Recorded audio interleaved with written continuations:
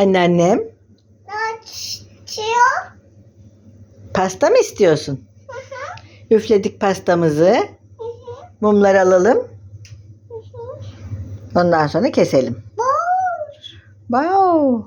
Çek bakalım mumları çıkar. Aa, Aa.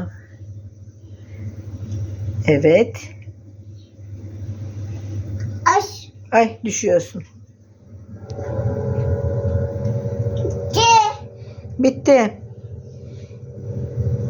Güzel mi? Çileğini alıp yiyebilirsin.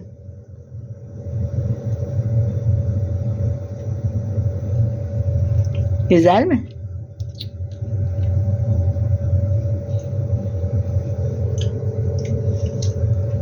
Oo, güzelmiş galiba.